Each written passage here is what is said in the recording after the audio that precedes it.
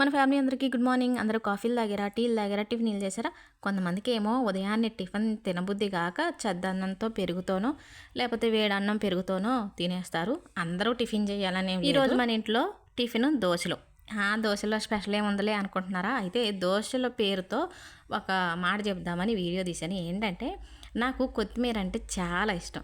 కొన్ని రోజుల క్రితం పచ్చి పులుసులో కొత్తిమీర వేసి పచ్చి పులుసు చేశాను. ఆ వీడియోని 17-18 లక్షల మంది దాకా చూశారనుకుంటా. చాలామంది ఒకే కామెంట్ ఎక్కువ పెట్టింది ఏంటంటే, అప్పట్లో మీ తాతయ్య చేసిన పచ్చి పులుసు అని చెప్తున్నావు కదా, అప్పట్లోనే కొత్తిమీర ఉందా? పచ్చి పులుసులో కొత్తిమీర వేయటం మేము ఎప్పుడూ చూడలేదని కామెంట్ పెట్టారు. నిజమే, పచ్చి పులుసులో కొత్తిమీర వేయరేమో కానీ నేనేస్తాను.